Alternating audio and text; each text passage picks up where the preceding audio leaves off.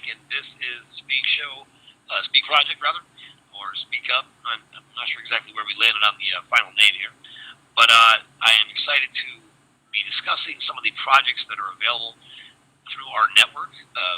And today we have with us Martin, who is a veteran and a really very accomplished individual. Some of the most important things that he's involved with, we can't talk about today, unfortunately, but we're going to let him introduce himself. Martin, are you there? Yes, sir. My name is Martin. So, okay, go ahead. I understand you have some things that you want to start out with specifically, so why don't you go ahead? You have the floor, sir. Okay. Well, I want to say good evening to everyone. Glad everyone's here. And I want to go back through my life just very briefly and say, as a small boy, I realized that there were a lot of things that were not in sync in the world. In the 7th grade, I was a pretty good math student, and my teacher slapped me upside the head one day and said, when I was having problems deciphering a problem, he said, I want you to read and think because the answer is right in front of you. And that stayed with me for many, many years. And that's what I feel where we're at as a group. The answers are right in front of us. And all we have to do is think and discard all the garbage, all the unnecessary things that are in our world that form distraction. If we get rid of the distraction, we can see things clearly. Now, as I've gotten older, I've become more aware of the problems, and I started talking about them to friends and relatives, and no one believed me. No one. No one believed that there are problems in Congress. No one believed in there's spreading chemicals through chemtrails. No one believed that they were poisoning our water systems. No one believed anything. To the point where they would say I'm crazy, offered to commit me for free. And that was personal family. But I've had those same offers, by the way, Martin. Okay. Yeah, that's good. I know that. But to take a couple of steps backwards, I was in the service from 66 to 69, and from the time I went in to the time I got out, everything changed. Everything from congressional appointments to girls, to city and county decisions to girls, to prices in the grocery store to girls. Yeah, and girls are always changing. That was the only thing that changed for the better, by the way. And Mom started to go to work. We had a politically correct movement, and farming went backwards. I graduated from college and with 2 engineering degrees and went into work in construction. Why? Because engineers during that period of time were being brought in from overseas, and there wasn't a large demand, as there was when I first enrolled in school. But I noticed right off that there were hiring engineering firms to do projects, and when I say projects, I mean roads and bridges and airport expansions, building schools, building hospital expansions. They would always hire an expert from afar, when the local region had plenty of talent to get the job done. They would also hire contractors from afar, when in fact we had contractors that were more than qualified to build the projects out. Well, it became increasingly obvious one day when we were looking at doing a large sewer project. And the land that the processing facility was going on was a swamp. And it was purchased to put this processing facility on. And I said, hey, you can't put it there. It's going to sink into the mud, and no matter how many pilings you put down, it'll sink into the mud and crack in two. Well, I was called all kinds of names, and everybody was notified that I was an extreme radical. Well, there were a couple more extreme radicals that joined in the conversation with me. The reason being that the land that the facility was going on belonged to the county executive's mother. And a premium price was paid for something that couldn't really be developed. And through investigation, one of the guys that joined in with me was a newspaper publisher, and the other was a local town mayor who had connections at the Capitol. Well, Mr. Connections found some rather poignant or to the point, he found Swiss bank account numbers with corresponding deposits around different events for both the county executive and the governor. And at that point, all hell broke loose. Wait, Mark. Pardon me? Wait, before you go any further, I want to clarify. Are you saying there's corruption in our government?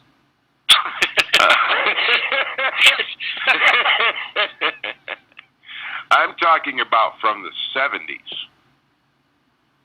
Oh. Okay, but anyway, make a long story short, threats were made, shots fired, lives destroyed, and they had all these what I call attorneys, or what I call accomplices, other people call attorneys, to protect them.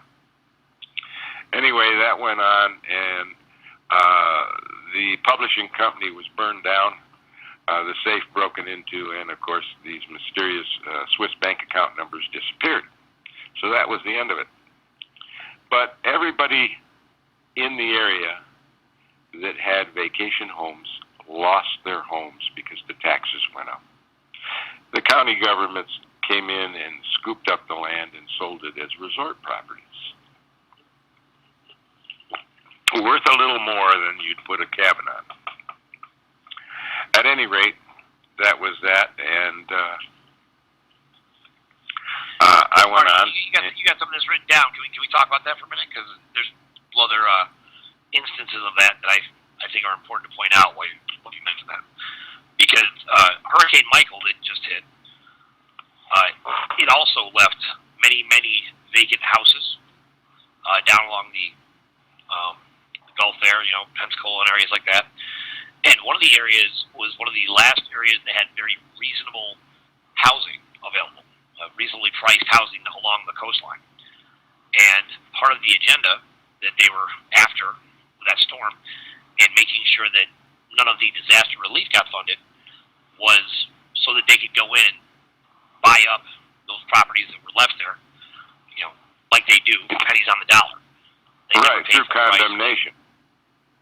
Right. Well, they create a disaster, then they go in and capitalize on it. People are so grateful by that time because they have no place to live, and they're just trying to get out of that bad situation. So just to confirm, that practice is a regular practice.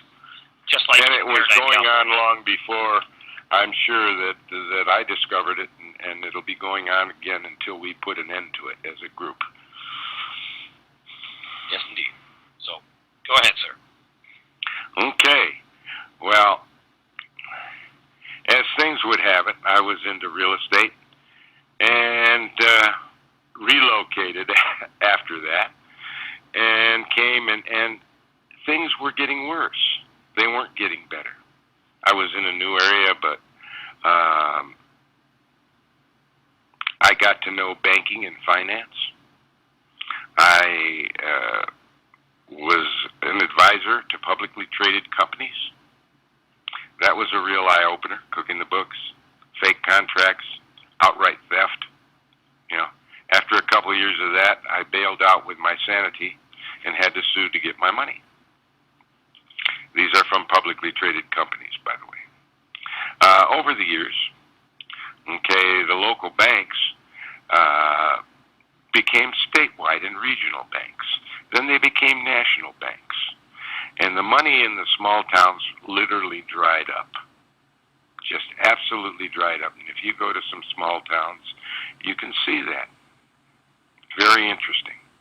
Then I discovered instruments like MTNs and BGs and SBLCs and derivatives and Swiss messaging.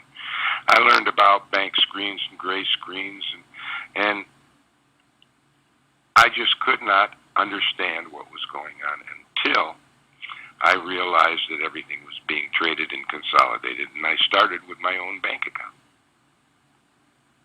You know, you can only get so much money out in a day. At that point, I developed a general plan that I wanted to do projects. Now, this was in the early 2000s, like 2002. As more time went by, I discovered that our officials were involved in a lieu and litany of theft, bribery, trafficking, pedophilia, money laundering, when we had all these great money laundering rules that didn't apply to them.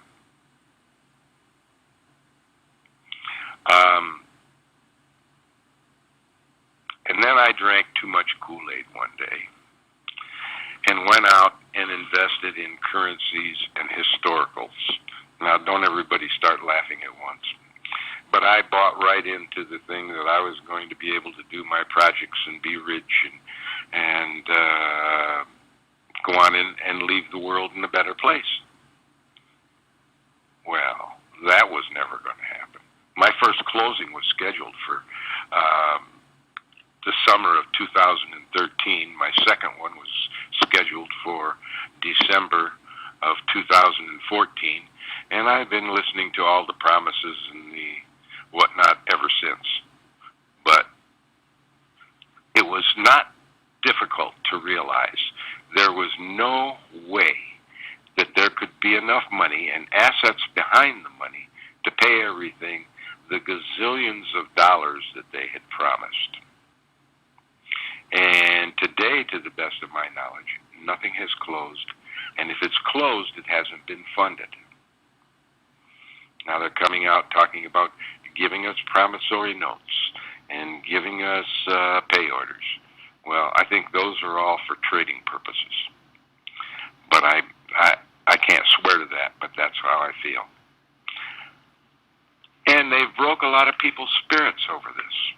There are people that I know that have died waiting for the RV and the GCR, or the GCV. At any rate, I don't believe it ever will happen. Fortunately,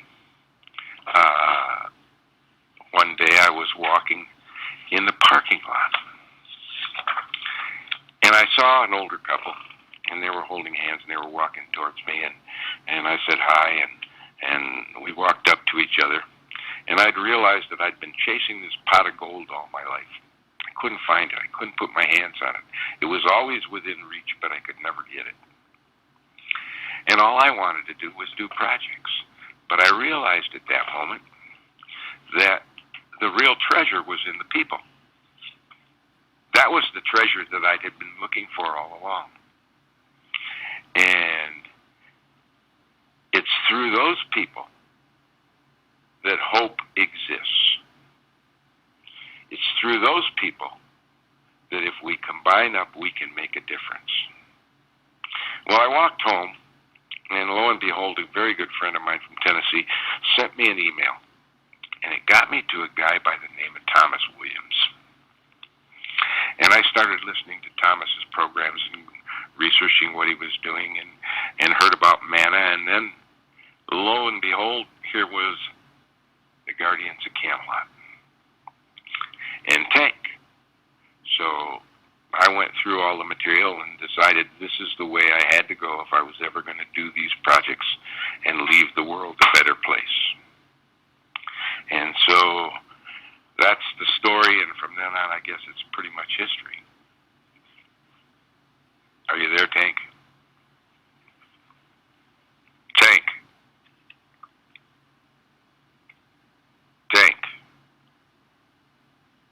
Oh my God, I think I lost him.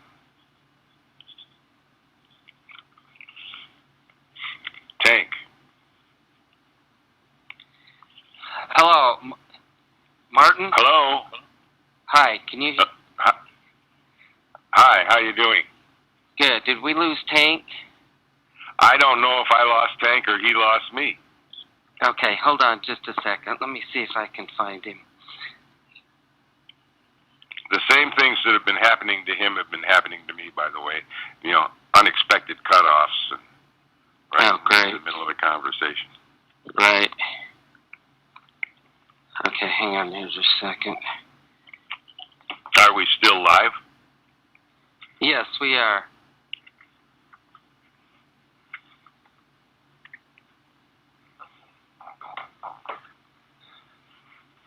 It looks like that he looks like he got disconnected somehow.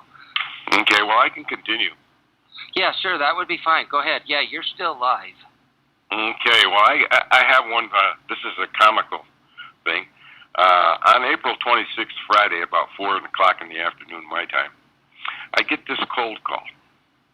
It's from a group raising funds to give to legislators to fight breast cancer. After I got done laughing, right, they were rather upset with me because why would you give money to a legislator to fight breast cancer? You know, unbelievable. You know, but they're out there drinking the Kool-Aid. Yeah. Well, all the donations. Is Tank back? Yeah, he is. He's back. We lost you there for a minute. Yeah, thank you, Gunner, for filling in. So I apologize for that, Martin. You know, I am, being attacked by the, the invisible forces who they keep targeting my Yeah, phone, we had that conversation. I am too, but not near to the point that you are. It's okay. You know what? That's just fine. I appreciate it. It means I had their attention. It means everything is going our way. So where did you leave off, Martin? I know you were just talking about legislation. I told a little joke about a group that was calling me on a Friday afternoon at 4 o'clock trying to raise funds to give to legislators to fight breast cancer. After I got done laughing, I said, thank you very much, but I'm not interested. But, I'm still laughing about that, and that was last month. And all I can say is some people must be drinking the Kool-Aid a little too much. Martin, where do you want to start? I mean, I know you wanted to share a little bit of your backstory. Now, where do you want to go specifically? Because you have some really amazing connections to projects, and these are projects that are world-changing movements, really. I know you've already given me kind of a blacklist not to talk about, but where do you want to start? Well, let's start with the Veterans Program. And I call it the Veterans Assistance Trust. And offering a little background. If you fly in, Tank, you're in New York. If you fly into one of the international airports in New York, you get off the plane, you see all these billboards for assistance. Right? Come and we'll give you this or we'll give you that, welcoming the new residents to the state of New York. Right? But you won't find one stinking billboard about veterans. You'll see nothing that offers them help. How about discounting real estate taxes, sales taxes, licensing fees? You'll see none of that. No free cell phones, no heating plans, no electrical plans, no rent subsidies. Well, veterans are very, very proud. They don't want assistance. They want a hand up. Some of the veterans are to the point where they would rather be homeless than to be part of this system. And you and I have talked about that before, Tank, very briefly, but nonetheless, we're aware that you can't help people that don't want to be helped. Let's pause there for a minute. So, because I think what you just talked about is really, really powerful. So, now, you take veterans, these are men and women who have served our country in some shape or form. Now, in this, one of the challenges, now this is true all the way back to, Martin, you served in Vietnam, right? Yes, but it was true of Korea too. Right, out of Korea. So this is a common theme, and during this time, inevitably, the soldiers themselves would be given various supplements, as they were usually billed, or vaccines, that were always laced with some kind of super soldier type of product or experiment that they were using on the soldiers, correct? More so today than, say, from the Vietnam era. The experiment in the Vietnam era went badly, and that was Agent Orange. Well, right. That's kind of what I'm talking about. Yeah, so Agent Orange was, you told me, Agent Orange was laced with LSD, right? I don't know what it was laced with, but it was bad news. Well, bad news. It was LSD, yeah. Which, what part of the challenge was that during World War I and World War II, very few soldiers even fired their weapon, and even fewer soldiers actually hit a target. And so that didn't, satisfy what they were trying to accomplish, because they wanted them to really break their hearts, right, and cause them to do something that's not common for people. We are not naturally born killers, right? So what they did is they started to introduce other things like LSD. So one of the things that LSD does is it causes you to see the very harsh reality, the fear-based aspects of the spiritual body, right? And this is one of the ways that different things are opened, and it'd be something where you would want to fire on people because they're terrifying, right? So that was something that was a common practice. That's part of the reason why they did it, is to force more deaths. But what you're talking about is so. I'm sorry. You have to realize that in any operation or any war-type condition, there's only 1 out of maybe 10 or 11 people that are actually in combat. The other 9 to 10 are support. At least it was back in the Vietnam era. Of course, we didn't contract for cooks and truck drivers and whatnot. We did our own, and airplane maintenance, blah blah blah, right? But there are only 1 out of maybe 10 or 11 that actually were in combat, and those are the ones they probably experimented on.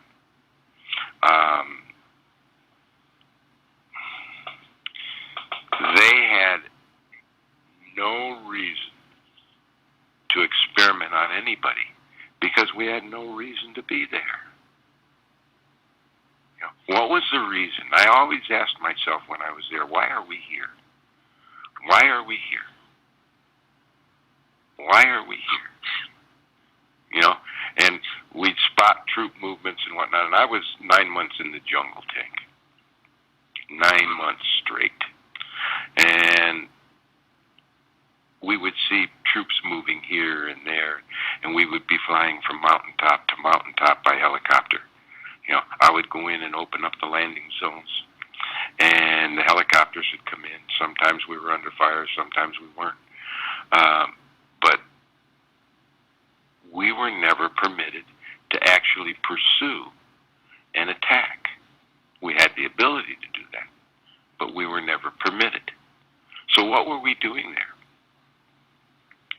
After a few years, I got to be really good friends with a guy that was one of the national security advisors to Reagan. And he was in Thailand running Air America, which at the time was the largest airline in the world. And I said to him, hey, why were we there? And he looked me straight in the face and lied. And we were good friends, but he said to me, we were there because we didn't have any job for the young people in the mid-60s. We had to give them something to do so they wouldn't be restless at home. And I said, okay. But I knew that wasn't the answer. Well, but I didn't know what the answer was. Well, Martin, I will say this. Now, the entire system is actually a war system, right? So where you and I, as normal human beings, we would think results of some political or social or economic conflict, right? But in fact, it wasn't. We live in a war system. So what he said, although that might not have been the entire story, that probably was in fact part of it, right? Because if you remember, during that time, you really had this great awakening happening, and you had these young men and women who were they were sick and tired of the hypocrisy, and they were standing up. And there was a big movement at that time, and they were tired of the war, right? So there was a big movement for the acknowledgement of peace, but in that time, part of the reason why that was so strong is because everyone just believed they were free, and so they had to stifle that. They had to suppress that freedom. They had to make sure people knew there was danger, so they had to create an enemy. That's one of the things that I meant when I said that the world had changed between 66 and 69. The whole world changed for me. I did not recognize, when I left in 66, I did not recognize the country in 69. Now, were you drafted in? Yes. Okay, so you were 18 when you went in? I'm sorry? Yes, I was 18. How old were you? So from 18 I was to 18. 21. I was drafted. I had just turned 18 and I got drafted, but they let me stick around for a few months, and then I went in 66. And I spent my 21st birthday in the field. I went in, as a draftee, but I wound up going to OCS, Officer Candidate School. So I was an officer. Yep. I was a platoon leader in the field. And then I got out as quick as I could. Consider myself lucky. So in this, now, you were talking about that you were right on the border. Now, if I remember correctly, were you not far from the Khmer Rouge, or was it the well, I was area in the tri-border area, what they call the tri-border area in the mountains. Okay? Okay. That straddled the Ho Chi Minh Trail, right? I was in both Cambodia and Laos for different operations. Came back to what we called the base camp. It was actually a cut in the top of a mountain that we called Eagle's Nest. And I got a package from my mother, who had sent me a package 3-4 months earlier. And I opened it up, and of course everything was moldy and didn't need anything. But I did get the newspapers, and I was reading that our president at the time, President Johnson, had said that we were not in Cambodia and Laos, and I was there scratching my head saying, I just came back. How could this be? Right. Now, in your opinion, why was that covered up? Why? Because they didn't want us to expand the war to other countries other than Vietnam. So that was the reason that came up. Well, they would never admit it. Yes. They would never admit to going there. So in reality, our involvement going in there to westernize the culture is what caused the Cambodian Holocaust, which I happen to have researched extensively. And if you go online, they'll say 2.5 million Cambodians were killed. But based on the reports that I have from various angles and reports that are much more accurate, it's much closer to 8 to 10 million Cambodians were killed. And there was... Yeah, that was the Khmer Rouge. Yeah, that's what I was... Right. And that was the setup, though. That was the setup. That's why Lyndon B. Johnson didn't want us to be associated with that at all. Because he knew what they were planning. It was always the plan. They were spiritual epicenters. They were trying to break the hearts of that spiritual energy. But they don't talk about those things when they talk about war. It's always economic and financial. They don't talk about the portals in Iraq. They made it all about oil. Like everyone's so simplistic. It's just about the oil, not about. Yeah, well, don't blink because oil's not going to be around much longer. Well, here's the thing. Oil is actually secreted as waste from the planet, right? So if we don't, burn the oil off, you're going to have all this waste. They'll just give it away, right? If you don't, that's the big illusion they have with that. And obviously, I mean, I can't wait. I'm going to bring Dr. Hayes on here pretty soon. And Dr. Hayes is what I would say is one of the most prominent inventors in the world, if not the most prominent inventor in the world right now.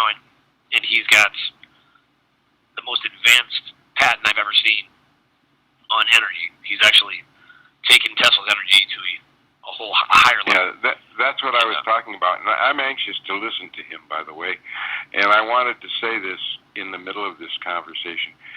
The Dr. G that you had on last night, he was phenomenal. Yes, sir. Phenomenal. Yep. Opened my eyes to several things. Yeah. I'll tell you, that's just the tip of the iceberg because he didn't get into the Doctors Across Borders. But the Doctors Across Borders, what they do is they actually go into these areas where they're in need of help, and they're holistic practitioners. So they'll actually connect with the indigenous population to see what are they using as cures, right? And in general, it is much more effective, especially for the people of that area, because just the way that the planet works is if there's a disease that is natural or an anomaly that happens naturally, the planet will also provide the cure, right? So it doesn't just make someone sick, it'll also provide the cure and in the same area. You see evidence of this with things like if you were to go down into Mexico at the Riviera Maya, or you go into where the Mayan ruins were, and you'll see this white tree. And the white tree, if you touch the white tree, it's poisonous, it will kill you. Or it might be black, the black tree. You touch this black tree, it's poisonous, it will kill you. But whenever you see that tree, about 4 feet away is another tree, that is white, that is the cure. And they're always side by side. Always. So whenever you see one, you'll see the other. And they always go that way. And nature always works that way. There isn't a situation where there isn't a cure available. So what has happened, though, is they have created diseases, and that's what Dr. G was talking about last night. Is they've created these diseases and they've registered them with the CDC, and what they are is they're molecules that are just super powered, the same way pharmaceuticals are super powered the other way. So it's a perpetual system, and it's actually to fuel the medical economy, which is equally, if not more dangerous. It really should be called the medical. It's a medical economy, but it's not to help you in any way. It causes issues to take you to the hospital. So, yeah, and we don't really treat anything. We just maintain. We give drugs and that maintains diabetes. We don't cure. Yeah, we don't cure anything. Yeah, we cure nothing. Well, right? We absolutely can cure. We can cure various diseases. Not maybe 100% of the time, but we can cure various diseases. But those cures have been swept under the rug. We need to find those and get those out. Get them out in the open. Well, that's exactly what we're going to be doing here, and that's part of the reason why they're targeting us. I will tell you that we are, without question, we have the cure for various things. Now, you're not allowed to say cure, right? No, they that's made right. It illegal. They made it illegal for you to cure cancer. So that's fine. I find that to be ridiculous, and that has no bearing, because the ones who created that fabricated fake law is the FDA. Now, the FDA, they regulate the medical economy. And the medical economy, the entire pharmaceutical industry, the hospital industry, the massive medical device industry, the oncology industry, every bit of that is economically based, and it is run by a private organization, which is the FDA, and the FDA is owned by the United Nations. It has no jurisdiction on American soil. And it's not part of the American government. It's not part of the American government, but the problem is, because all of the doctors, the medical doctors, they operate under the contractual agreements of what they've signed with them. They generally have basically, they've tied themselves to that organization, so they have to operate by their laws. So yeah, they do protocol medicine. Right. Which, pretty much, if you had if you knew what the insurance covered, you'd know exactly what to do. They tell you. There's no deviation. And Martin, I don't know if you caught this last night, but one of our members in the network, her mother is 73 years old, and she's perfectly healthy, and with perfect health, she hasn't had to take any medication. So she's being penalized by Medicare because of that. No kidding. Now, can you imagine? I did not catch that. Penalized? No. Yeah, financially penalized because she's too healthy, because she hasn't taken the right drugs. So they're penalizing her for 9 years of fee.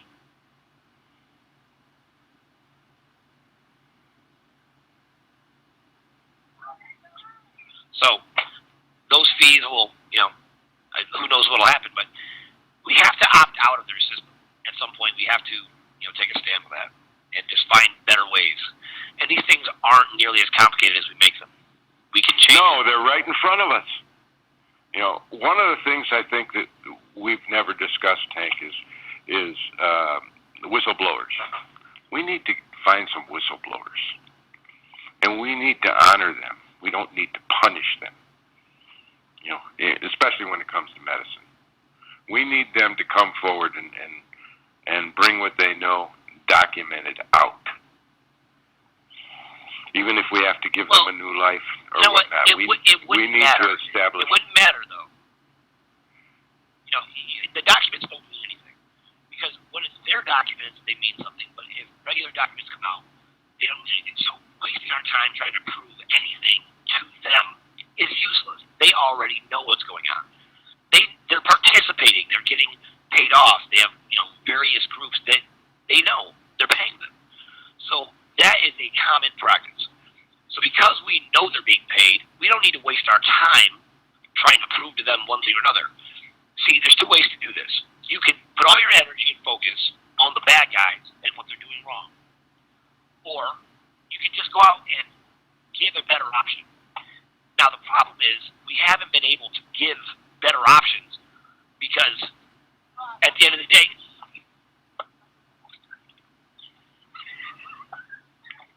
we haven't been able to give better options because essentially every time it would come down to it, we didn't have the money to do it because we would need the support and the backing to bring that in. And then the holistic practitioners, such as Dr. G, he would be taken out for bringing out some of the things that he has. Now, Martin, I know you have access to some of those same things that are, if you were to bring out, potentially it could cause yourself and others harm. And so that's part of the challenge. Now, in my opinion, that we have to bring these things out. And we have to protect those who hold these cures, who have these answers. And the key is not to go and try to prove them wrong through a series of litigation that will take ages to try to fix, but to actually correct the problem and just go out and say, here's a better option.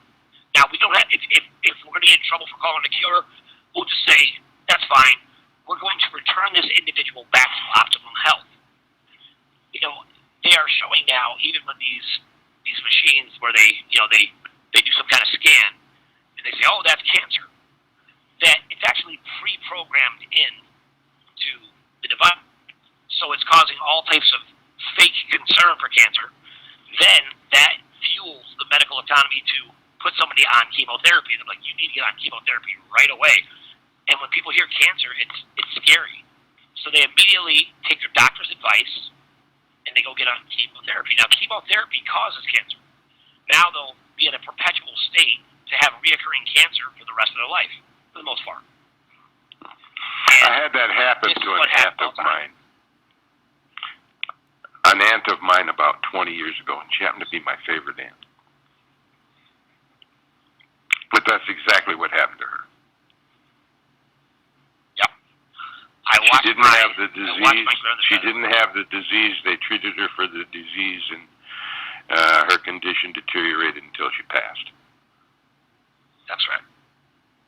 Now, your body fights cancer all the time. You have your own natural resistance to cancer. It will constantly, and for the most part, with proper nutrients, the proper combination of things, if they didn't make vitamin B17 illegal, it would be easy to get rid of cancer. Cancer would be easier to get rid of than the common cold.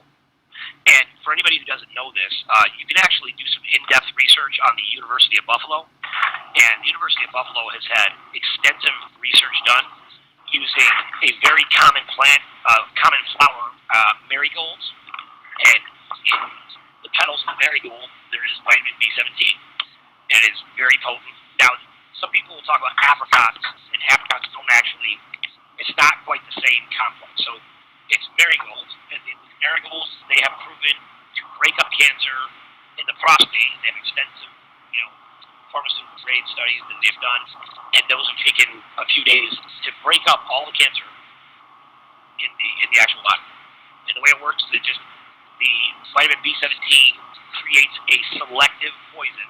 It creates arson, and that arson attaches itself to the cancer, and then it only exists in combination with the cancer. It transmutes those cells, returns them to natural substance in the body, and the arson disappears, and so does the cancer. And that has been known since, I believe it's like 1947. It's been around for a long, long time. We need to get that out as quick as we can. Well, they made vitamin B17 illegal. So, what do you do? Now, there's where you get challenged, right? How do you make vitamin B17, a known cure for cancer, illegal? That's where the challenges come in, right? But luckily, marigolds are not illegal. So you can still get a hold of marigolds, and I'm sure there's still a way to get what you need with vitamin B17 from those marigolds.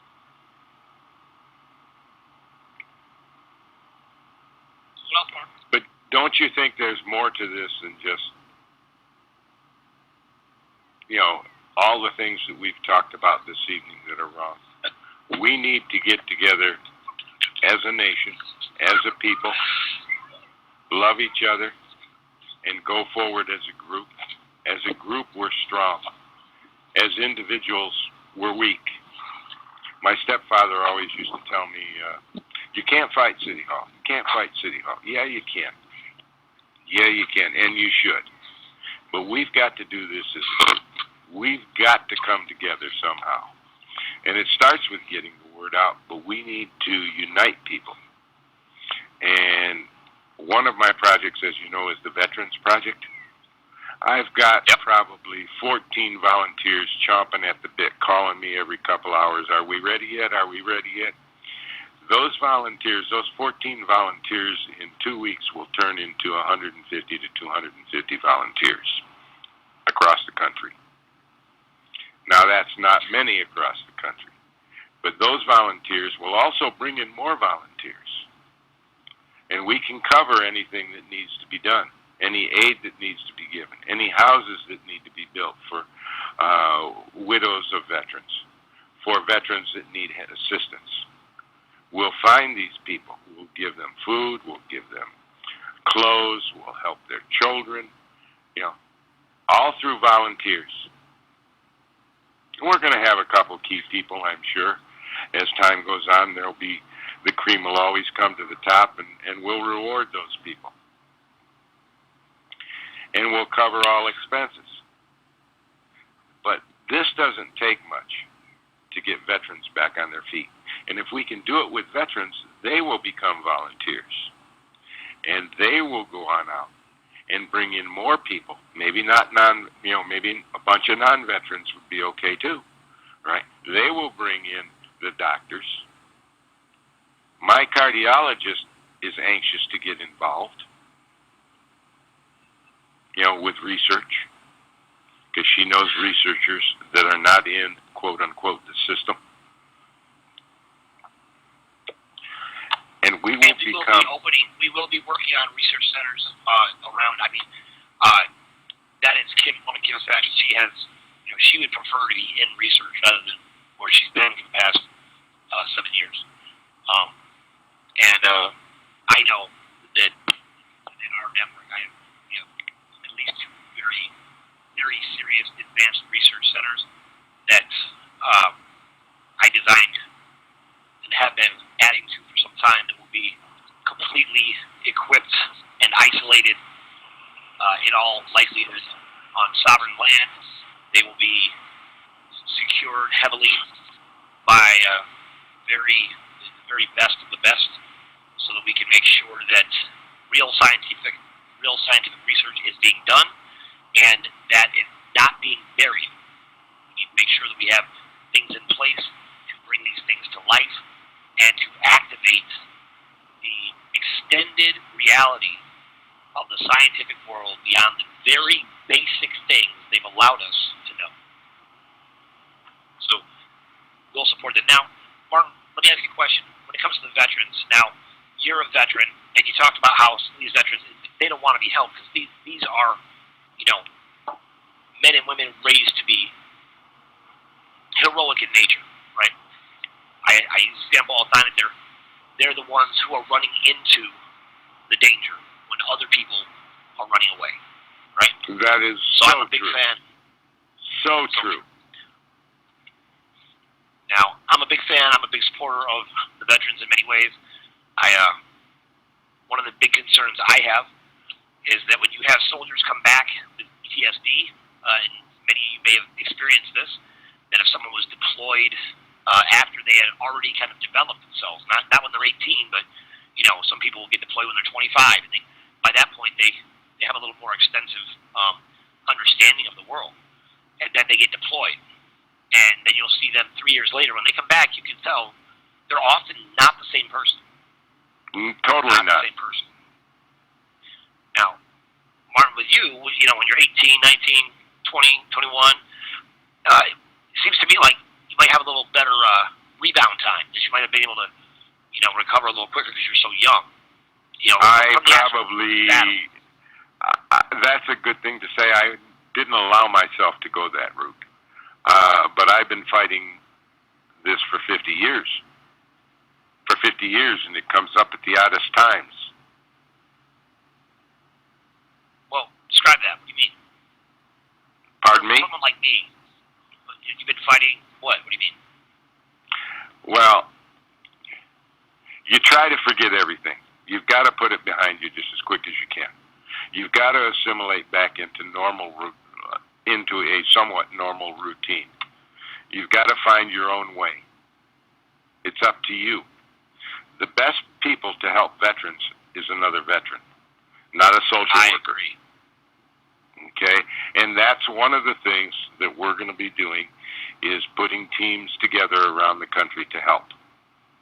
Volunteer teams. Okay? In various communities, in rural areas, just everywhere we can go. Anywhere that there's a need.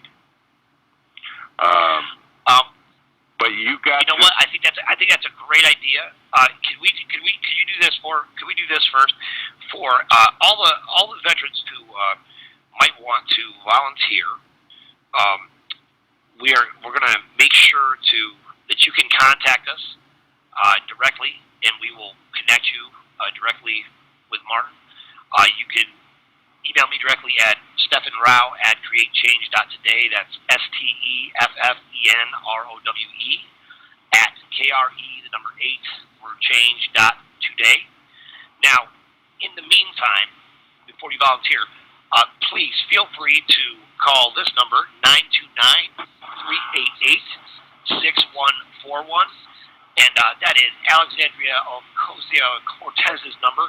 You can call her directly, and please let her know exactly what kind of treatment you received as a veteran. That's a good idea. You're right. It's a good idea. Look, I'm not here to make excuses for the people. Listen, I know what they're all about. And it's unfortunate that they'll just maintain such a high level of ignorance for people. And you know what? I think it's important that we care enough about our our leaders in government to make sure that they have the proper information. And whoever the handlers were for Cortez told her that, it's not broke, don't fix it. Everything's fine with the vets, right? That's why our veterans who served, these prime years of their life, served our country to fight for our freedom, and were often used inappropriately. We're often lied to. They wouldn't even know. Now, just go to one of the VA clinics. Go to the VA hospitals. Go to the VA clinics. Make your own decision as to whether they're receiving the proper care. If they're able to advance their lives, go look. So that's what I would urge people to do. I have a lot of veteran contacts, and I talk to them a lot now. This is what happens when they come back from active duty. They'll come back and they'll be given, antipsychotics, a heavy prescription of antipsychotics to deal with the nightmares, the flashbacks, the post-traumatic stress syndrome that plagues them, including things that were, actively responding to frequencies and noises and bombs and screaming.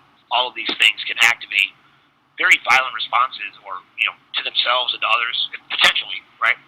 And that's not to be afraid of them. I'm just making a point. So they sedate them with antipsychotics, and then what they do is they send them to a psychiatrist or social worker to talk about and relive the worst experiences of their life over and when over they should and be over forgetting them.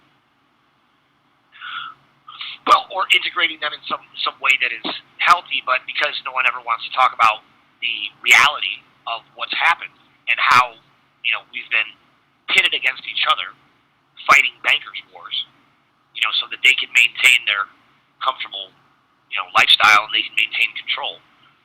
That's the reality. And I'll tell you what, honorable men and women don't fight for such things.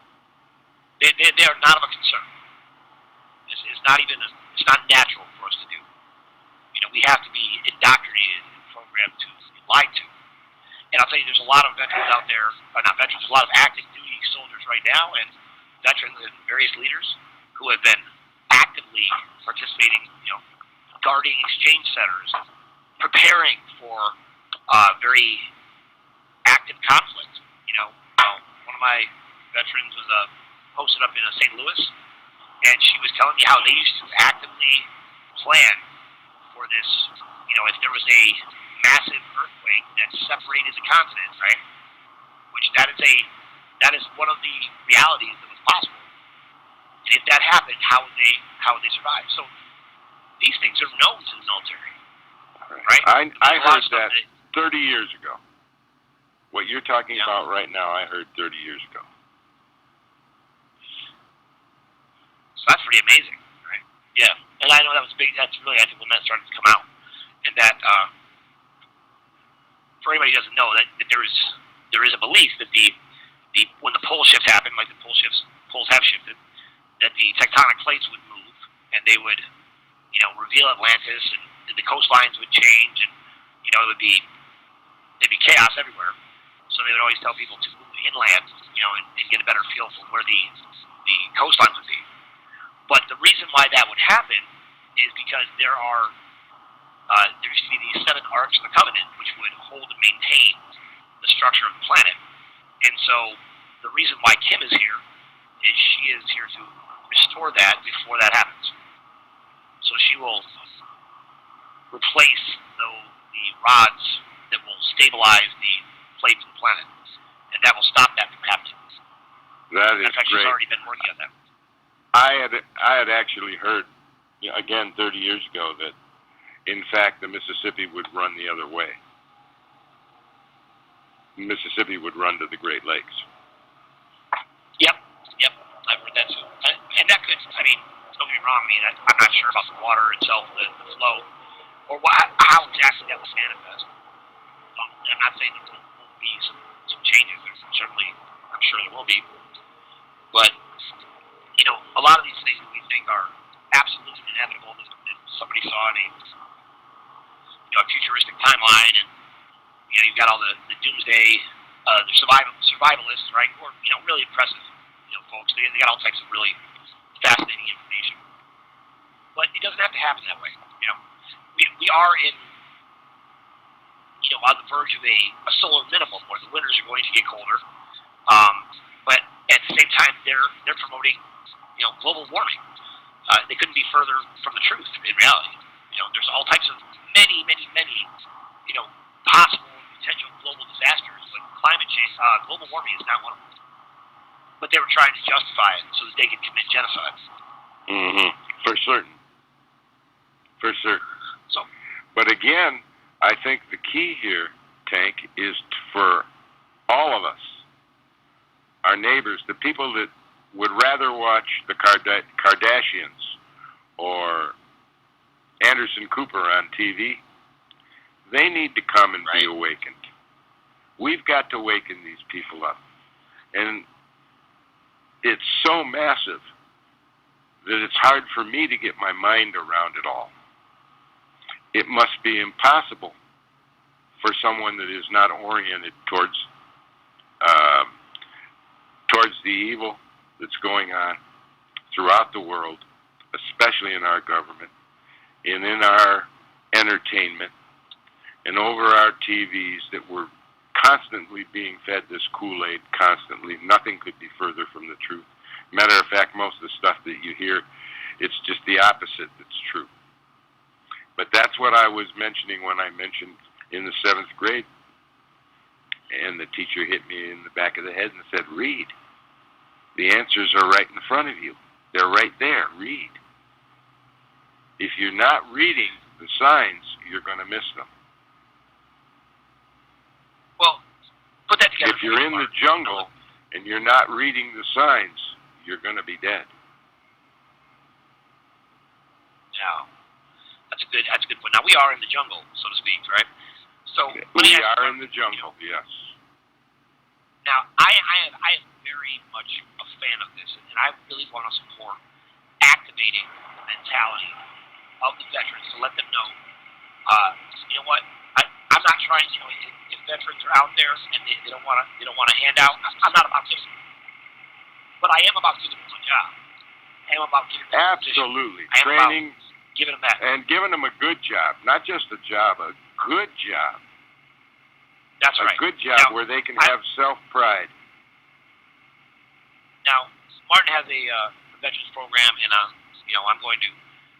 We are going to fund that, and I have another veterans program that I designed myself some time ago with a whole different team of various active military, Marines, and those who return with PTSD, and so there's all types of things. And matter of fact, that's from military from all over the world that have served in various wars, various armies all over the world.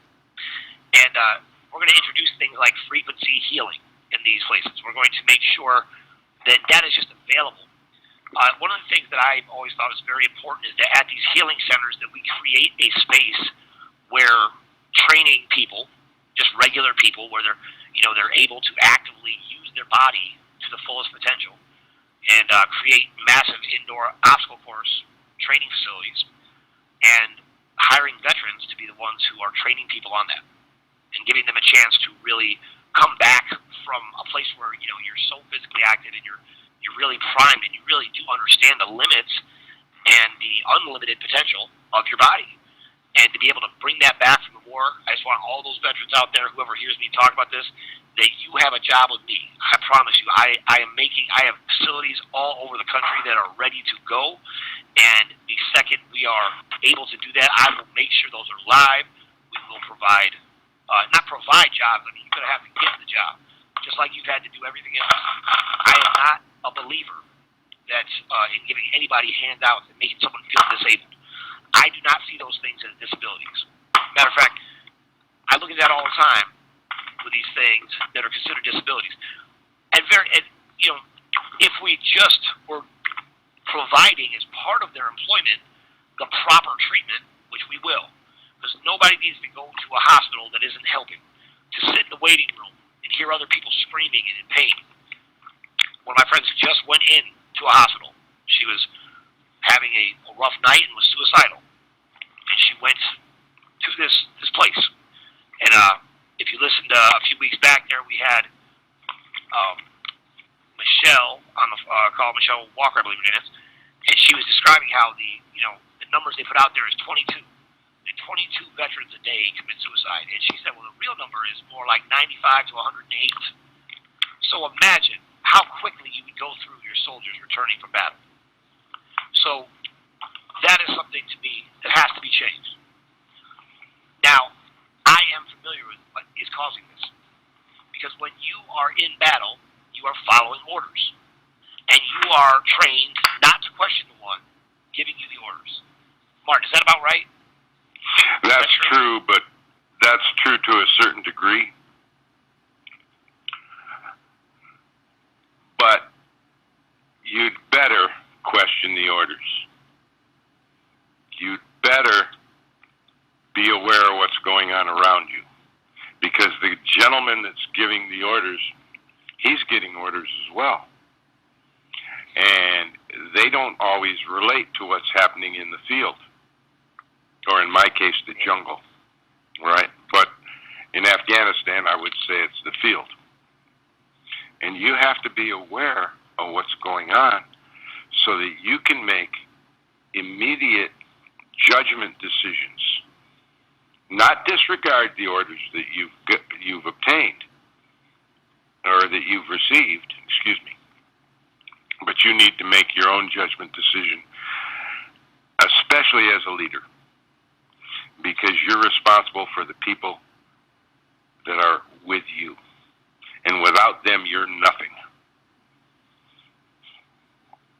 Without the men you lead, you are nothing. Right? And that's how we have to look at this whole world. The whole world. We need to apply that right now. Without those people that are watching the Kardashians and Anderson Cooper,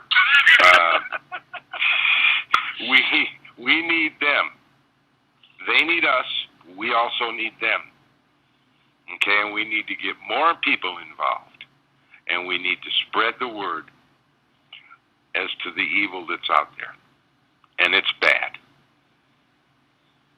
So, Martin, I think that where the mainstream media and the alternative media, and pretty much across the board with this constant adherence to political correctness, has really dropped the ball, is that we don't address these things for exactly what they are, because no one wants to let that secret out.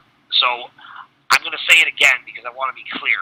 Now, I understand exactly what you're saying, but you and I both know this is true, and I have many, many, many examples of this, that in the field, in the midst of the battle, the charge, the way you're trained, is to follow the orders of your commanding officer.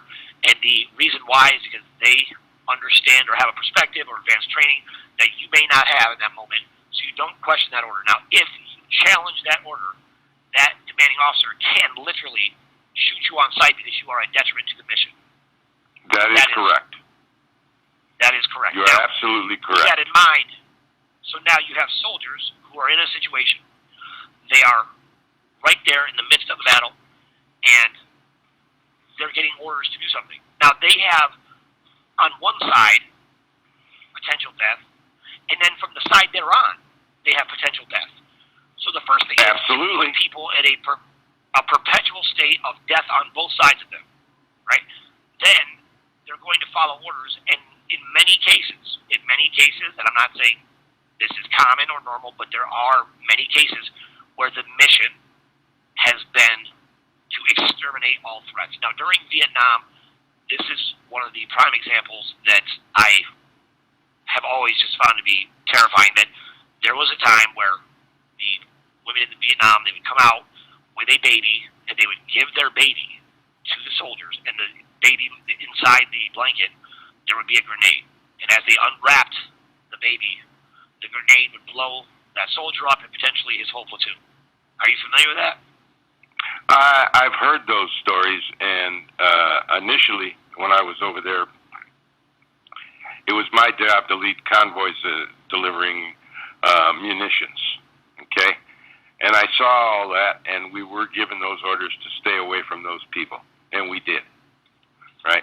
But in the jungle, you don't have that. You don't have that at all.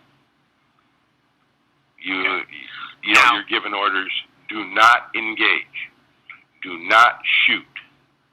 Well, it's kind of hard not to shoot when someone is shooting at you. So Correct. then it becomes a matter of personal judgment. You know, and again, as a leader, no matter whether you're a sergeant or you're corporal or you're lieutenant, doesn't matter what you are, captain, right? You have to make that judgment decision right now. Do you shoot or don't you shoot? You've been told not to. Do not engage. But when you're being engaged, what do? One of the things you don't do is run. We weren't taught to do that. Right. You know, we weren't taught to run from harm. We weren't taught to run from conflict. Well, you can apply that today. Are we going to run from the conflict in Congress? Are we going to run from the conflict of Big Pharma? Are we going to run from conflict from the chemtrails? I still don't know who's doing that. Are we going to run, or are we going to fight? No retreat, no surrender. I choose to fight. Listen, on our weapons of warfare, this is a different kind of fight. So here, I'm going to throw some things at you, and I want you to, now I know that everything I'm about to say, there's more to it. So I'm certain I'll miss some pieces and feel free to plug in, but I just want you to think about this. Now, in Vietnam, now you have this idea that the women were being used as this kind of black widow figure and going out and giving these soldiers babies, right? Now, I do believe that is greatly over-exaggerated. It was something that was hyped up and told and used to scare soldiers. So if a woman came in need with a baby, and they are dealing with the effects of Agent Orange, which would literally cause all types of exaggerated, hallucinogenic realities where you're seeing the fear energy all around you, the potential for something terrible to happen with the intent of defending yourself and the men you're with. In your opinion, that idea, does that seem like that is a fair way for anybody to be, any kind of position for them to be in? Can you see how that would be potentially hazardous, that those soldiers could have, killed somebody who was innocent? But don't And it wouldn't have forget, been their fault, in this world, there's distraction, right? Lots of distraction all around us. We can draw our attention to any number of 10 things at any one time to distract us. That could be determined to be a distraction, so you better be watching what's going on around you. Because while that happens and everybody runs over, you got the guy over in behind the tree with the rocket launcher. Right.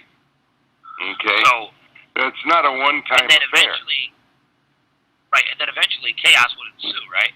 Because if something like that happens, you can count on that being a distraction. Now you're being attacked. You don't even know necessarily where the rocket came from, right? Because there is right. But don't forget what your mission is. You can't forget what your mission is. To get the munitions to the people that need the munitions. Okay. Get the artillery shells to the artillery, right? All right. That's your mission. Now, yes, sir. Yes, sir. But now I'm trying to paint a picture so that people can kind of get a feel for some of the things that you had to go through. Now, even your mentality speaks to it, right? Because even despite these things I'm saying, which are true, they're real, they did happen, right? And in times, I'm sure they were exaggerated, and maybe at times they were underplayed, because here in the United States, this is what I want to get to. What was your homecoming like when you came back from Vietnam? I couldn't function. I couldn't talk. I couldn't get in a car. If a car went 35 miles an hour and I was in it, it was too fast. I couldn't relate to anybody my age that hadn't been there. I couldn't relate to younger people. I couldn't relate to older people, and every other word that I said either started with an M or an F. And it took a while to get out of that. A good while. I went through 4 years of college and still wasn't out of it. So you were able to operate cognitively, obviously, right? You graduated college, became an engineer, right? Not a easy field to go into. And no, a lot very of work. difficult. And Right. back then, you know, So, it was slide rule. I think I was the first guy in my senior college class that had a handheld calculator. So That'll blow your mind. were yeah. So you were able to, you know, eventually adapt, but obviously you had quite a few years there where you were really socially and potentially emotionally disconnected, probably for self-preservation, I would say. Is that fair? Very fair. Even when I went to work after graduation, after college graduation, I still wasn't on the same wavelength in terms of being able to relate to people, right? When I told them to do something, I expected it done. You know, whether I told a laborer to do it or a carpenter to do it or, you know, a cement finisher to do it, I expected it to be done. And my reaction when it wasn't done was not good. You know, I did not relate to people. I didn't relate to the fact that these guys were working by the hour and they belonged to a union and they had rules that they had to go to. Right? Very difficult. My uncle was Secretary Treasurer of the Masons Union, and he called me one night and said, "We need to talk." And we did. I worked for a great company that had an accident due to nothing that they caused. There were supposed to be state inspectors in a company making pre-stressed T-beams. And we had put T-beams up. I wasn't on that job. I took the job out of the ground and then went to another school that was that needed some ass kicking done. And the T-beam snapped and 7 people were killed. Since the company, that was 103 years old, by the way, they had a lot of government contracts, and OSHA, who was relatively new, come in and shut them down, and they get every dime cut off. Any government funds were cut off immediately until after the investigation. Of course, it broke the company. I got laid off, much to my chagrin, the week before Thanksgiving. And I was a pre-registered surveyor. This was the day before the theodolites and whatnot. And I was a pretty good surveyor. I set all the initial steel in the buildings and whatnot that I worked on. Did a lot of land surveying, and I wanted to expand that and maybe someday have my own surveying company. So I decided to take a couple real estate courses to learn about real estate. Got into real estate and realized that I could make a heck of a lot more money in real estate than an engineer. So I did that. That's when I started learning about finance and whatnot. But that's another subject. So anyway, to make a long story short, things had progressed for me, and when I got into real estate, I had to become a social person. I was forced to become a social person if I wanted to make any money. And I'm the kind of guy, if there's a blizzard outside, I get in my car when everybody else is home and start driving the streets. Well, I might see a guy up shoveling off his roof. And I get out of the car and say, "Hey, you want to sell that house?" You know, a lot of times I got yes. And I would sell that house and sell him another house and, you know, sell the lot the house went on. You know, so I got to be somewhat successful, you know, relatively speaking, in a small town. So I had to become a social person. I was forced to look at banking. I became an appraiser after moving out. In addition to real estate, I could make quite a bit of money as an appraiser dealing with the bankers, the mortgage people in the banks. I watched the savings and loan business go under, and they were my big clients. So I got into C, and I started thinking, and I got into seeing about instruments, MTNs, BGs, SBLCs, even derivatives. Tried to trade in those for a while. Made a bunch of deals, never got paid. Yeah. Hey, They weren't going to share. I sat on the phone one night with Italian bankers. But I need to remind you that you need to bring LEANNE on. Now? Sure. Is LEANNE online? I think so. Hold on just a second. I've been blathering. It's my fault. No, that's okay. Yeah, so if LEANNE is online, sorry about that, Gunnar. I wasn't actually looking at the board. So bring LEANNE on because I've been referring to LEANNE as one of my friends who has tremendous experiences, and we'll see what she's ready to share. Martin? Okay. Hey, Martin, so you can bring her on.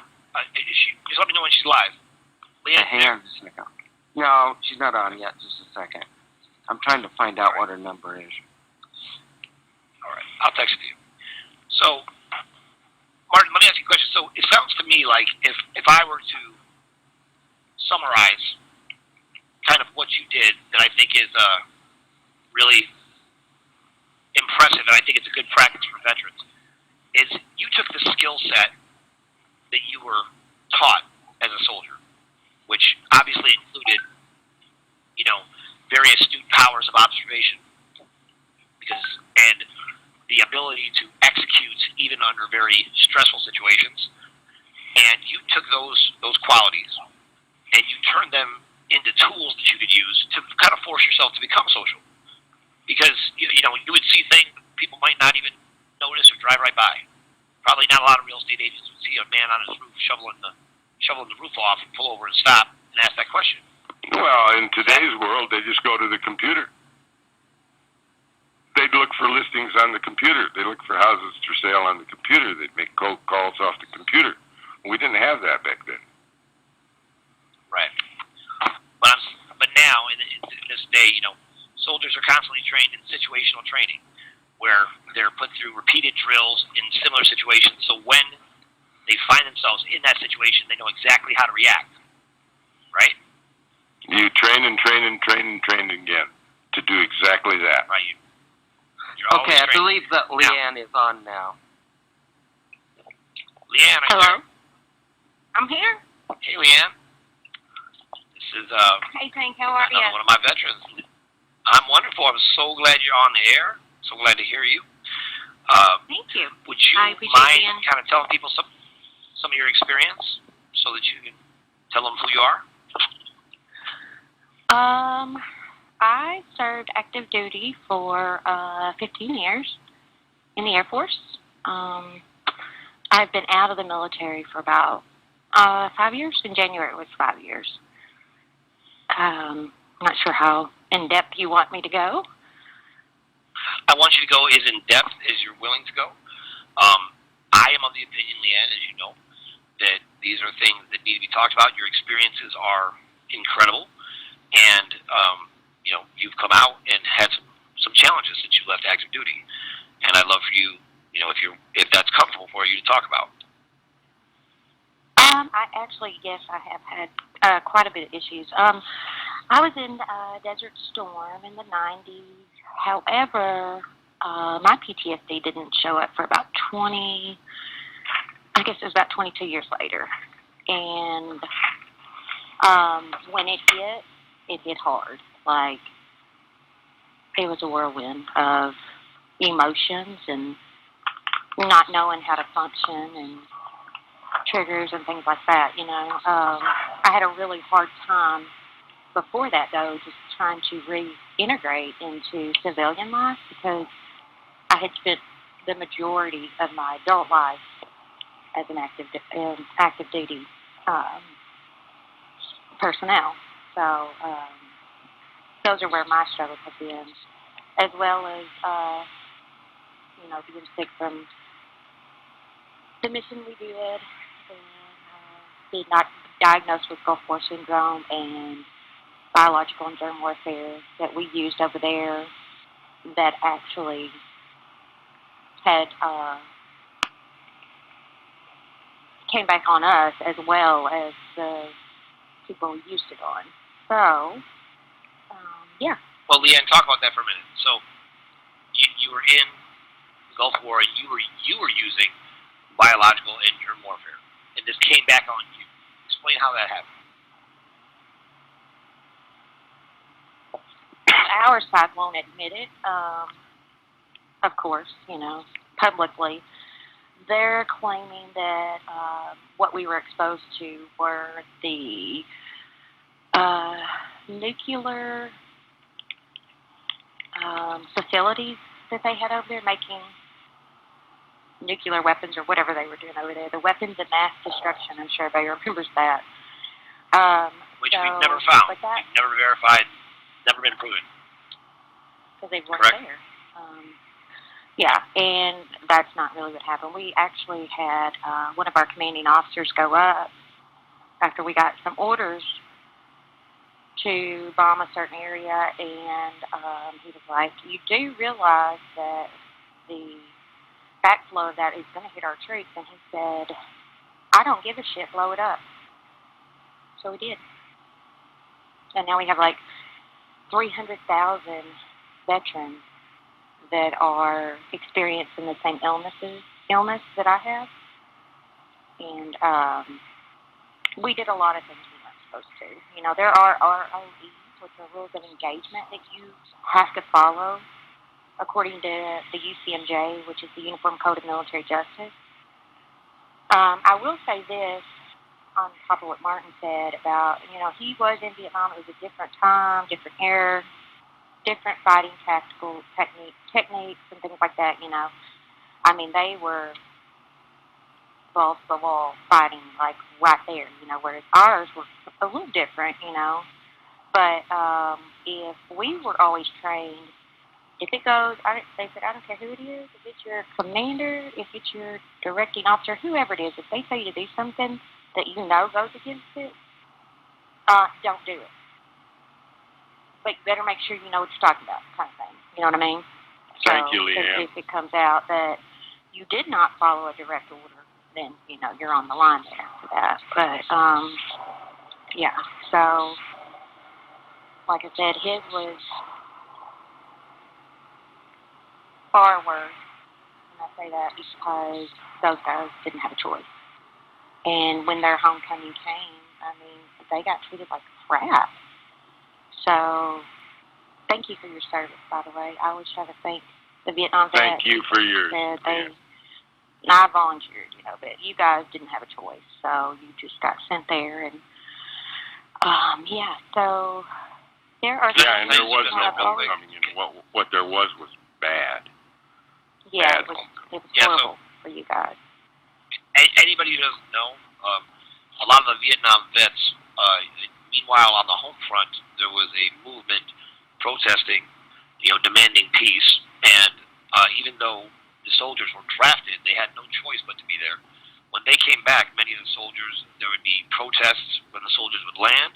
They would spit on the soldiers. They would have giant signs that would call them baby killers. They would baby killers was the big killing babies. Yep. That was a common practice in the homecoming from Vietnam. And that's part of the reason why a lot of times the homecoming that happened, they weren't greeted with a hero's welcome. They were just kind of quietly brought in to avoid that. Very quietly. Just to, yeah. So go ahead, Leanne. I'm sorry. Yeah, no, that's just what I was going to say is that it was completely different for those guys because they didn't have a choice, and I know the draft stopped when they were like, okay, well, we're going to start putting the rich kids in there. And they're like, nope, we're done. Kind of thing, They were going to start drafting all the, I hate that term, rich kids. Parents whose kids had money, and then they started protesting, you're not sending my kid over there, and they pretty much ended it, you know. So, and I know that's not common knowledge for probably most of our listeners, but I'm sure Martin knows it as well as Tank and I do, that was the reason that nobody else was drafted. Yeah. Whereas I joined on my own. Right. So the Gulf War was waged by a voluntary army. That was always a big badge of honor. It was the soldiers. There was no draft needed. They volunteered, which is part of the reason why we stayed in so long, because that's how it was waged. So I didn't volunteer. Let me correct that. I didn't volunteer to go over there. No, I volunteered to join the Air Force. I didn't have a choice once the orders came for me to go over. Once the deployment came, I didn't have a choice at that point. So I'm not saying I volunteered to say, hey, I'll go over. Right. Yeah. No, but you were a voluntary member of the armed forces is what I mean. So yes. Now you're describing a situation where the rules of engagement would seem to be violated, and your commanding officer, whoever it was, they ordered something to be bombed, and they knew. Now in this, I'm assuming it sounds like a dirty bomb that had actual biological weapons as well in it, that he knew was going to come back on the soldiers, and did it anyways. Is that correct? Well, that was one of the nuclear facilities that they were using over in Iraq for to create. They had the potential to create nuclear weapons, I would say. It was my understanding. I was 19, so I wasn't aware of everything that the military was then as I am now. No, Dr. Lowe was the one that created, it's called Mycoplasma fermentase incognita strand, and it's basically a wasting disease. It was a biological weapon he created in the lab. Yeah, could you repeat that? Could you repeat that? I'm sorry. Could you repeat that, like slowly and enunciate?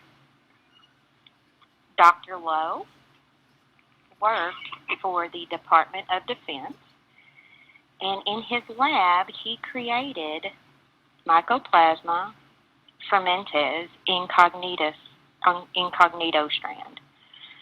And the reason that incognito is because it's very hard to detect in the body. Blood has to be stored at a certain level, things like that. So he created it for our military forces over there. There's actually a patent. You can go out and find it, and I don't have the number in front of me, where it talks about how he created it in the lab. And ironically enough, the DOD just hired him again to find the cure. So that's what we were using over there, which we were exposed to it as well, and nerve agents, I got hit with SAR nerve agent my third day there, and that was pretty rough. What does that mean? What is a nerve agent? A nerve agent affects the nervous system of the body. Typically, if you have a high exposure, you don't live very long. Whereas, thankfully, I didn't get enough exposure. What was because your at the experience? time, How did it affect you? I got really sick. I was throwing up both ends. Just really sick to my stomach. It messed with my eyes. I went to the doctor like 3 days in a row after, and finally got some pill. I don't know what it was called, and they destroyed our medical records over there. So I'll never know, but it was purple. And it helped the whole time I was there, but when I left, I didn't have it anymore. So, I got sick again. But to counter those nerve agents, we took these pills called PC, Papa Bravo pills, which actually poisoned us on top of the other stuff. So we were like literally just poisoning ourselves, and then they were doing it too. So just a different time, from what Martin went through.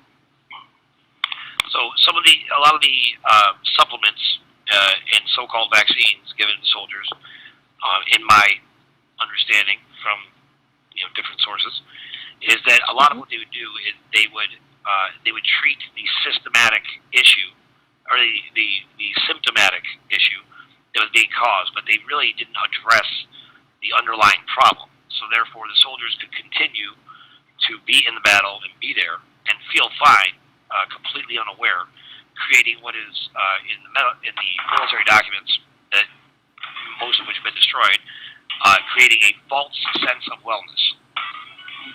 And that's part of the reason why it's easy to poison them. Correct?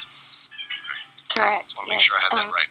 And then we had a great big series of shots we had to get before we left, and I argued against the anthrax vaccination, and my boss, he was the master sergeant at the time, I was a senior airman, he called me in his office and he said, I'm giving you a direct order to go get it.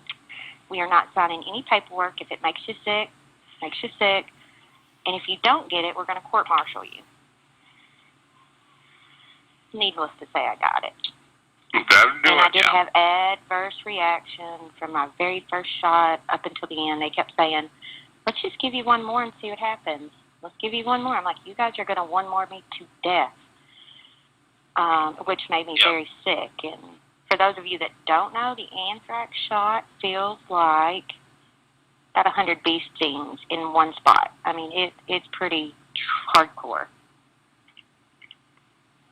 So that is another reason that a lot of us are sick, because of tainted lights and stuff like that. But Leanne, I mean, I know you're brolic, but you're only like 5'3", 110 pounds, right? Well, I'm actually 5'4", but you're pretty much accurate. Yes, You're in trouble now. I was 5'3" my whole military career, but for some reason, 2 summers ago, I grew an inch and a half. I don't know. Wow. Yeah. Well, so the reason why I point that out is because the dosing for those things, all those shots, they're the same for a 6'5", 300-pound soldier as well. Right. So, just for the record, and that is obviously not logical. So I just wanted to point that out. Right. And then we did have a bunch of different shots and that we had to get, and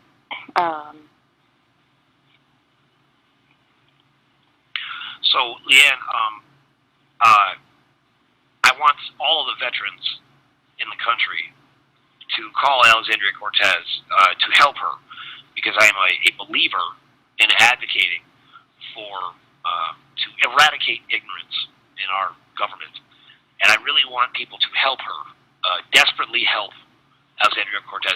She's being misinformed and misled by her handlers, who are telling her various things, and she's responding without the real knowledge of what's going on. So I would like all of our veterans, anybody you know, please feel free. I'll give you all the number again. That's 929-388-6141. That is Representative Alexandria Cortez. And please feel free to call her and share with her your experience. Now, Leanne, with that being said, you have some experience with the veterans' hospitals. What is your experience as far as the quality of care there that you've experienced? The quality of care is very poor, and all they push are pharmaceuticals to basically put a Band-Aid on while you're there to make you feel like you're better, and then they don't give you any coping skills. They don't do nothing. You just sit in a room and pretty much do nothing all day, and then you leave and you're still left with nothing, and my last experience was, I can laugh now, but at the time it was not funny. I'd been up all night, and I finally got there, midnight, I laid down. 5 o'clock in the morning the next day, I hear a guy screaming at the top of his lungs. And it, to me, sounded like somebody being shot on the battlefield. And I'm going, so I'm jumping out of the bed yelling, what the F is going on? Then my roommate jumps up and starts screaming, and it was just a whole floor of screamers at that point. It was not good, and I have to laugh at it now. It's not funny, but, it was very traumatizing, and they're like, this is not where you need to be, and I'm like, yeah, I figured that out this morning at 5 o'clock. So that's when I discovered that I would have to look within myself and heal myself, my mind, because I'm the only one that has the answers, and everything I need, God gave me when I was born to do that, and I truly believe that now after, those experiences, but you can't just medicate somebody and expect them to be okay, because it's always going to be there. And that's what I hope to do. Yeah, now is to address those things. That's what I was going to ask you about. Okay. Yeah, so Leanne, recently, after this experience, I think it's important, Leanne, to talk about your trip after that. Could you talk about that a little bit? Because one of the things I think, sometimes when we get caught up in the pain and anguish of the military, there is a very incredible aspect of the military, of camaraderie, of brotherhood, this fraternal brotherhood within the armed forces. And I feel like, you had a great witness to that. And I love that about what Martin's talking about. And I think that you two will end up working together, hopefully. And what Martin's talking about, I'd be glad to work with you, Leanne. Thank you. I would you as well. Thank you. Okay, whatever it takes, we'll get over this. Whatever it definitely. takes. But, so one of the things I think that Martin said that I think is absolutely correct is veterans are the only ones really qualified to certainly to counsel, but in many ways to really assist other veterans coming back. And I think creating that program and effectively implementing it, which what I love about you and Martin is you've both been looking for funding, and you both decided that you are not waiting. And you can hear it in what Martin has described, and I think your experience, Dan, speaks to the volume of that healing, or the ability of that to heal. So could you talk about your trip a little bit? Yeah, I had talked to one of my battle buddies in Minot, North Dakota, and we had lost contact for a little bit, but he said, he knew I was struggling. He said, pack a bag. I'm not going to use his exact wording because I don't want to use profanity on here, but get your butt up here. We're going to talk it out. So we set up Tent City and talked it out there was a group of about 5 of us that just sat down and we all, talked about our experience and their coping skills, and I would like to say are self-healing, but a lot of self-medicating, but there were a few that did not do that actually did the work they needed to do to heal their minds from what they saw and what went on, but it was a wonderful, wonderful experience. I mean, just being around somebody who gets to what you've been through, and I hadn't found that, and I'm glad because I wouldn't want anybody else going through that, but to have somebody say, I completely get it. I've been there. I know what you're going through, was just amazing. And it did a lot of wonders for me. A lot.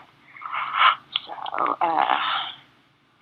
Leanne, have you ever had an experience where you called and were able to talk to a congressman, someone higher than that, someone in the cabinet, anyone on that level, anyone on a super high level like that, who, when you were in your worst state, or you're really struggling, they were willing to talk to you, that worked for the government? no. Let me ask you this question. Did you ever have the opportunity to call Kim? Yes, I did. Could you tell me about that? As into what regard? Because I think it's noteworthy that as people are fighting, and people are fighting us on this, and they're constantly, they take shots at Kim all the time, and they don't really realize, that she is someone who is human, and that she is touched by other humans, and and she makes sure she's the kind of general that's on the battlefield. She's not making orders from an ivory tower somewhere, and I know she's spoken to me about you before, and kind of talked about how you were poisoned, and I know that she took the time to talk to you before when you were struggling about a year ago. Right. Now, are you talking about the attacks, or? No, I just want to know, what Kim told you. What was her advice? Did she give you anything that was helpful? Did she make time? Oh, definitely, yeah. And we talked about a lot. So I'm not sure exactly what you're referencing. Well, you can talk about whatever you want. So much advice. Like, let me. She gave me all kinds of supplemental things that I could use to counteract chemicals that were used over there, and I have 3 pages of notes from one conversation we had about that, and different things to do like that. If that's what you're talking about. Yeah, that is what I'm talking about. And I think it's really important right now that we all understand that we're all fighting for each other, right? And that's human nature. We're all in this together. Now, to me, everybody plays a different part. Now, when it comes to our armed forces, our military, all the branches, they're in a situation where, there's an honor and an integrity and a value, and they are sworn by their oath of office to protect the Constitution and to protect the people. And to that point that you were making is something, you're probably familiar with the Oath Keeper's Patch, right? That's where you will not fire on unarmed citizens. You will not fire against your own people. You will uphold the Constitution no matter what the order is that comes down. That you were talking about not basically going along with every order that you would question it. So I just think it's very important for the veterans, because I'm always trying to reach out to the veterans in any way I can, because I think I have 2 groups that are the first people I hire, and that is single mothers and veterans. They're my number 1 and 2 groups to hire. Now, Leanne happens to be both, I believe, right? So, she's an easy hire. But reason being, I feel like, a single mother seems to be able to get more done than, any 5 guys combined. And veterans have a way about them. If you give them something that's within their wheelhouse, they are hardworking, they're loyal, they're innovative. They understand how to work on the fly. They don't make excuses. Those are great guys to put to work, great men and women that are very, very capable. So I just want to make sure that, the veterans out there know that we are building real programs that are people-focused, that are human-centric, that are veteran-centric, that are actually considerate of what you guys are going through. That even though these other forces have had power to create useless, programs to continue to maintain the semblance of life, that we are coming with programs that are much better, and we are going to use the world's greatest healing technologies and introduce those, and we're going to do that all over the country very shortly. That's going to happen very quickly, because we're going to have a lot of soldiers coming back. And all over the world, by the way, we'll be doing that, but definitely here in this country. So that's all. I just want to make sure that, as evidence of that, the fact that Kim, even in the midst of this war, when somebody was in need, she took the time to talk to you and give you some advice. And I think that's noteworthy, because Yes, People don't. definitely, she did. And she also told me that they will try to push me to a point to take my own life, but not to let it happen. Say that again, please. She basically said the order to not kill you, because at that point they'll violate the rules and orders. However, they will push you to the point to take your own life. So that was something I needed to hear, I think, with everything I was going through at that time, to get myself together and say, okay, this is what's happening, and give them pushback. Like, okay, I know you're doing it, whatever, I'm not even going to acknowledge it, because if you don't acknowledge, then they're going to have to go back and regroup and throw out a new game plan, you know, of how they're going to get to you or whatever. So, Right. And Leanne, this and is I'm something trying to remember that... what she said. Oh, yeah, go ahead. Go ahead. No, I was just trying to remember what she said. You and I have talked, we've had many intense conversations about this in the midst of, kind of when the PTSD kind of really strikes you. It definitely had a long-term impact, a more consistent impact, right, on your quality of sleep, right? It's very hard for you to sleep. Yes, I don't sleep very often. 2-3 hours a night because I have nightmares, and I would just give Julie kudos right now. She has a heart condition, and when I was having my nightmares from there, I was so afraid I was going to give her a heart attack. So I would literally wake up drenched in sweat, just screaming at the top of my lungs. And for the most part, I would not let her touch me. Like, don't hug me, don't do it, just get away, because I was just that not in, let's see, how can I say that?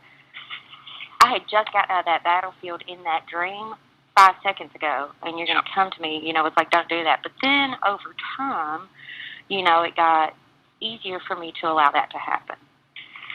And that was probably one of my saving graces right there, of knowing that I was safe and there was someone there,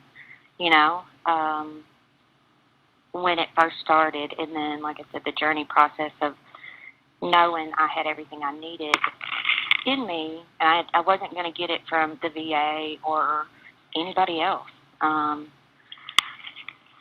Because that's just what I started looking at, other than my battle buddies.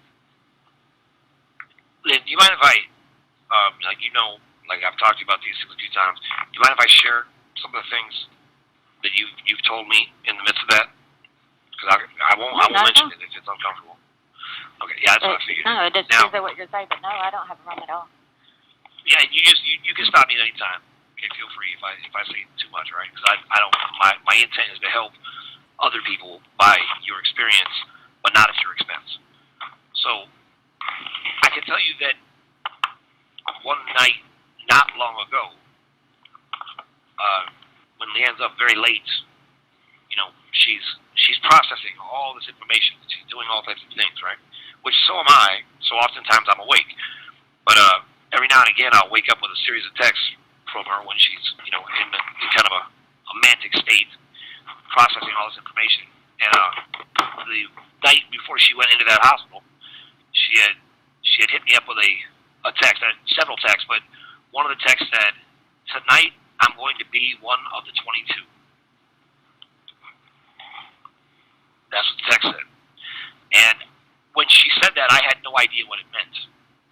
The next day, we had someone on the call who told me that they report that 22 veterans commit suicide every single day.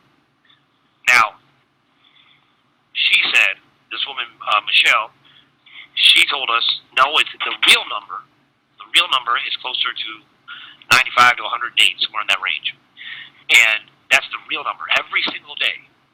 Now, to every veteran out there who thinks that they came home from war and they still feel like they're at war, I want you to please take note that there is one woman who is the sole sovereign of this planet, whose grandfather was a veteran, who has made a decision to fight for all of humanity. And in this fight for humanity, she has had to overcome these monsters, reprogram the financial system, take down all of the structures that they had in place to fight for you to live so that you can come home and know that you are safe, that you do not have to hate yourself for the things that you were involved in when you were at war. That those things are not your fault.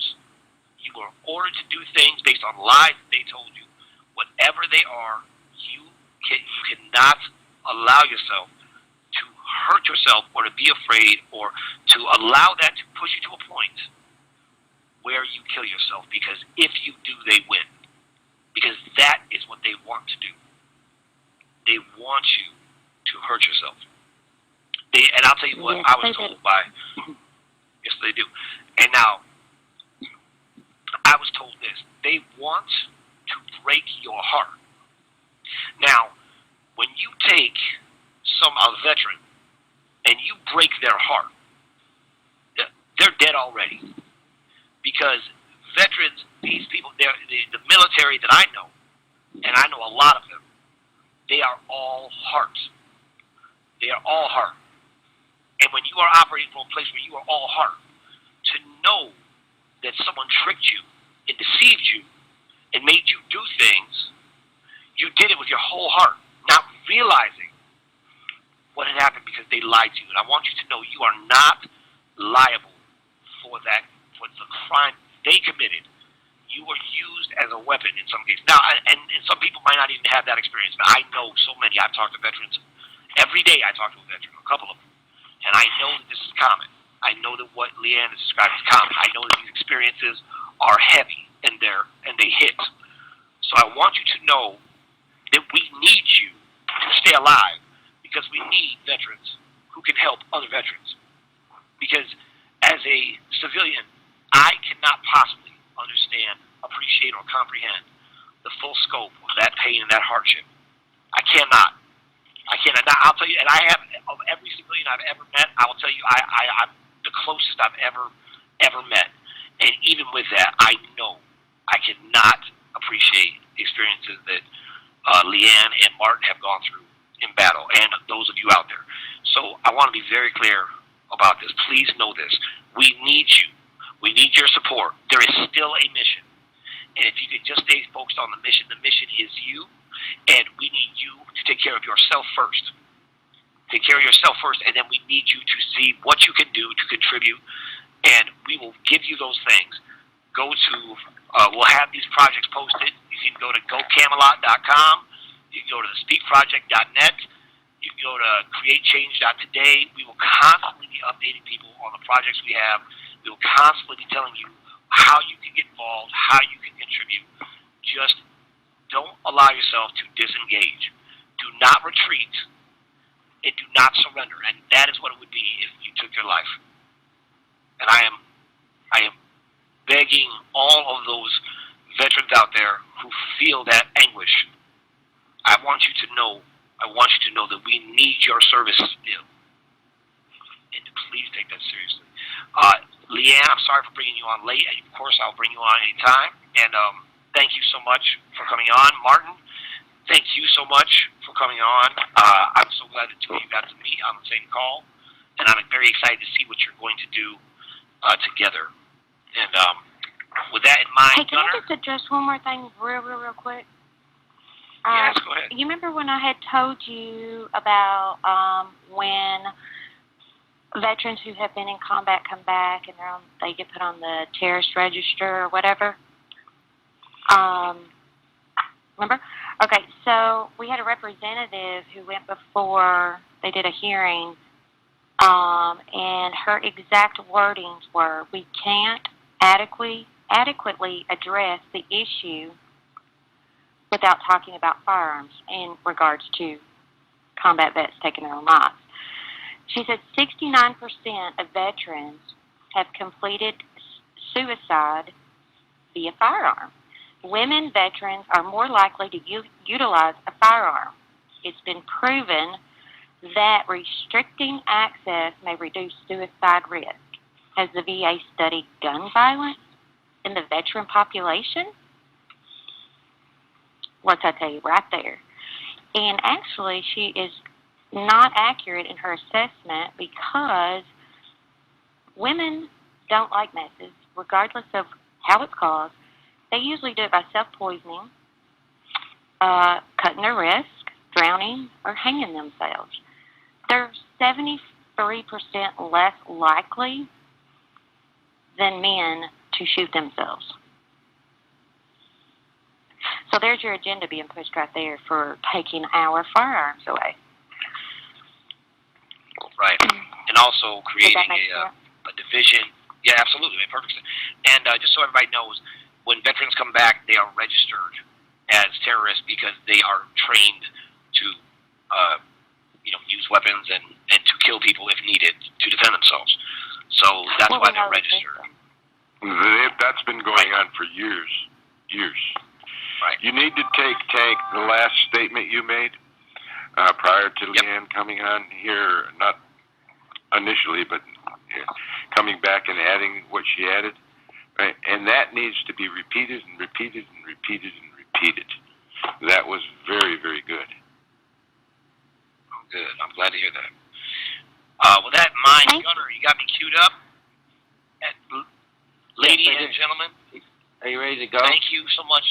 You go ahead and press play. I'm going to keep talking. Just let it play out until the show ends itself. Ladies and gentlemen, I thank you very much for your service, for your integrity, and for your courage. I appreciate so much who you are as people. I know that you are innovators, you are leaders, and you have served our country, which means you have served all of us. And because of you, an upstart like myself can come along and have something to say, and I am forever in your debt. I appreciate that. So, everybody, thank you, Tank. No retreat, no surrender. All right. Have a good That's night, right. Mark. I appreciate you, Tank. Thanks.